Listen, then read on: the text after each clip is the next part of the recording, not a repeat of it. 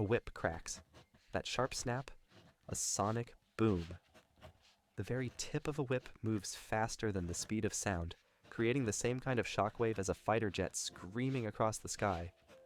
Most people think sonic booms are rare, dramatic events reserved for military aircraft. But you've heard dozens of them without ever realizing it. And almost everything you think you know about them is wrong. That famous cloud you see around jets? Not a sonic boom. The pilot who creates it? They never hear it. And every time a supersonic jet passes over, you don't hear one boom. You hear two. So let's find out what's really happening when something outruns its own sound. To understand sonic booms, you need to understand how sound moves. Clap your hands right now. Seriously, do it. You just squeezed the air molecules in front of your palms together. Those squeezed molecules bumped into the ones next to them, which bumped into the next ones, and so on. A wave of compression spreading outward in every direction. Think of a stadium wave. One person stands up, then the next, and the wave rolls across the crowd. But nobody actually goes anywhere. The fans stay in their seats. Sound works exactly like that. The air molecules don't travel to your ears. They just pass the push along, and they do it fast, about 760 miles per hour at sea level. Now here's where it gets interesting. What happens when the thing making the sound starts moving? Imagine you're standing still and shouting. Your sound waves spread out evenly in all directions like those pond ripples. But now imagine you start running forward while shouting. The sound waves in front of you get squeezed closer together because you're chasing them, and the ones behind you get stretched apart because you're running away from them. This is actually why an ambulance siren sounds higher pitched as it races toward you and lower as it drives away. The waves in front get compressed into a higher frequency, and the waves behind get stretched into a lower one. Scientists call this the Doppler effect. So what happens if you keep going faster and faster? As an aircraft approaches the speed of sound, something dramatic starts to happen. The sound waves it's producing can barely stay ahead of it anymore. They start piling up, stacking on top of each other right in front of the aircraft's nose. Picture a snowplow, moving almost as fast as the snow can fall. The snow just keeps building and building in front of the blade with nowhere to go. That wall of compressed air in front of the aircraft becomes incredibly dense. The pressure builds and builds. Pilots in the early days of aviation called this the sound barrier, because the air resistance became so extreme that some believed no aircraft could ever push through it. But push through it, they did. When an aircraft finally exceeds the speed of sound, it outruns its own sound waves entirely. The air can't get out of the way fast enough, so picture this. You're standing in a field on a clear day. A jet streaks across the sky above you, faster than sound. You can't hear it coming because it's outrunning the noise it makes. Then suddenly, with no warning at all, the shockwave hits you. A wall of compressed air slams into your body. The pressure spikes in a fraction of a second. Your eardrums register that instant pressure jump as one thing, a thunderous boom that shakes windows and sets off car alarms. And by the time you hear it, the jet is already miles ahead. This shockwave doesn't just shoot out in one direction. It forms a cone shape trailing behind the aircraft, kind of like the V-shaped wake a speedboat leaves behind in the water. If you've ever watched a boat zip across a calm lake, you've seen how the wake spreads outward in a V from the bow.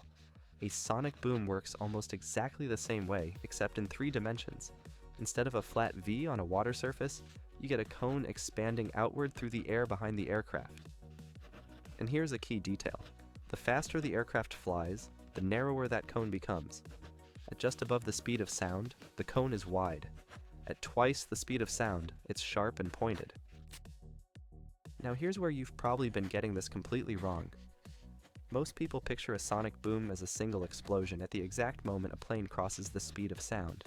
Some invisible wall in the sky. The plane punches through it. One big bang. Done. You might even remember it being taught that way. But that's not how it works at all. A sonic boom is continuous. As long as the aircraft flies faster than sound, it drags that cone-shaped shockwave behind it the entire time. There is no single moment. The boom is always there, sweeping across the ground below like an invisible carpet of thunder. People just only hear it for an instant as the cone passes over their heads. This continuous trail of sound hitting the ground has a name. Scientists call it the boom carpet. Imagine a long, narrow stripe running along the ground directly beneath the aircraft's flight path. Everyone standing inside that stripe hears the boom as the cone passes overhead. Someone standing in one city might hear it, and then a few seconds later, someone 50 miles away along the same path hears it too. It's the same boom, just reaching different people at different times. And the width of this boom carpet depends on altitude. The higher the aircraft flies, the wider the stripe becomes on the ground. At high altitude, the boom carpet can stretch 30 to 60 miles wide. But it gets even stranger. When a large supersonic aircraft flies over, you don't hear just one boom, you hear two. A shock wave forms at the nose of the aircraft, where the air first gets shoved aside. But another shock wave also forms at the tail, where the compressed air snaps back together behind the aircraft. These two shock waves travel together but slightly separated, so when they reach your ears, you hear a quick 1-2 punch. Boom, boom. With smaller, faster jets, the two booms are so close together they blend into a single crack. But with something big, like the space shuttle coming in for a landing, the double boom was clearly distinct. Two separate thunderclaps, one right after the other. And here's perhaps the strangest part of all. The pilot flying the supersonic aircraft never hears the sonic boom, not even a little bit. Think about it from their perspective. They're inside the aircraft, traveling ahead of the shockwave at all times.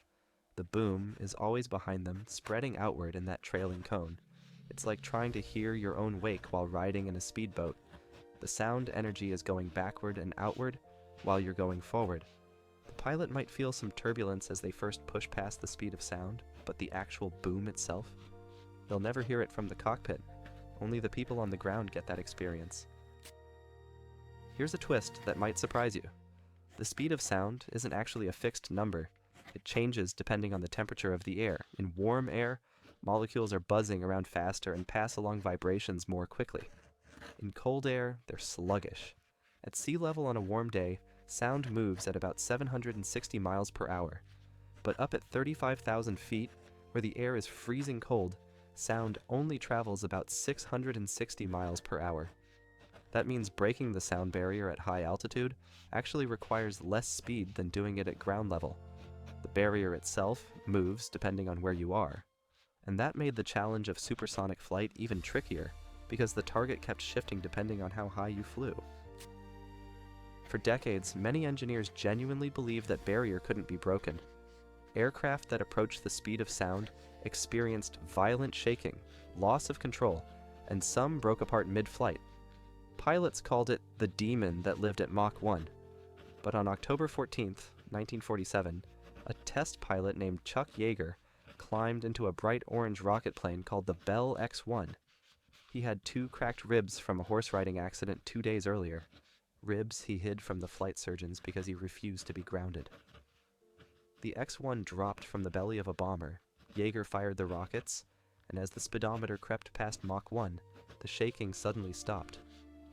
Everything went smooth and quiet. The sound barrier wasn't a wall at all. It was just a rough patch you could push right through. You've probably seen those incredible photos of jets with a white cloud suddenly appearing around them. That dramatic cone of mist hugging the aircraft's body. And you probably assumed that cloud was the sonic boom made visible, right? Nope. That white cone is just condensation. When an aircraft moves fast enough, it creates pockets of very low pressure around its body. That sudden pressure drop causes moisture in the air to condense into a visible cloud for just an instant. It looks dramatic, and it often happens near the speed of sound, but it's not the boom itself. Plenty of those famous photos were taken of aircraft that were still traveling below the speed of sound. The real sonic boom is completely invisible. Ever since supersonic flight became possible, the sonic boom has been its biggest problem.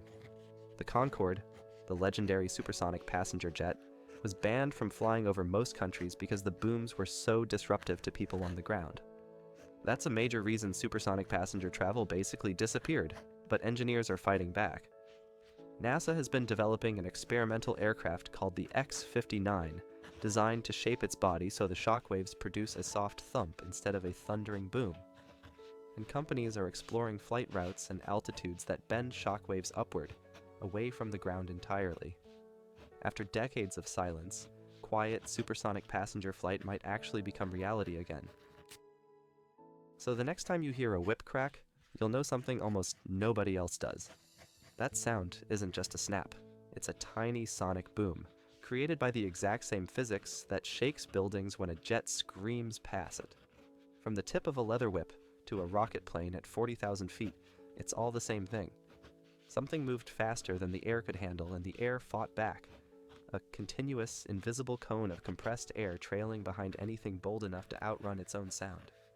And right now, somewhere above you, that cone is sweeping across the sky. A carpet of thunder you'll never see, rolling silently overhead until the moment it reaches your ears. If you like this video, check out one of these, and don't forget to subscribe.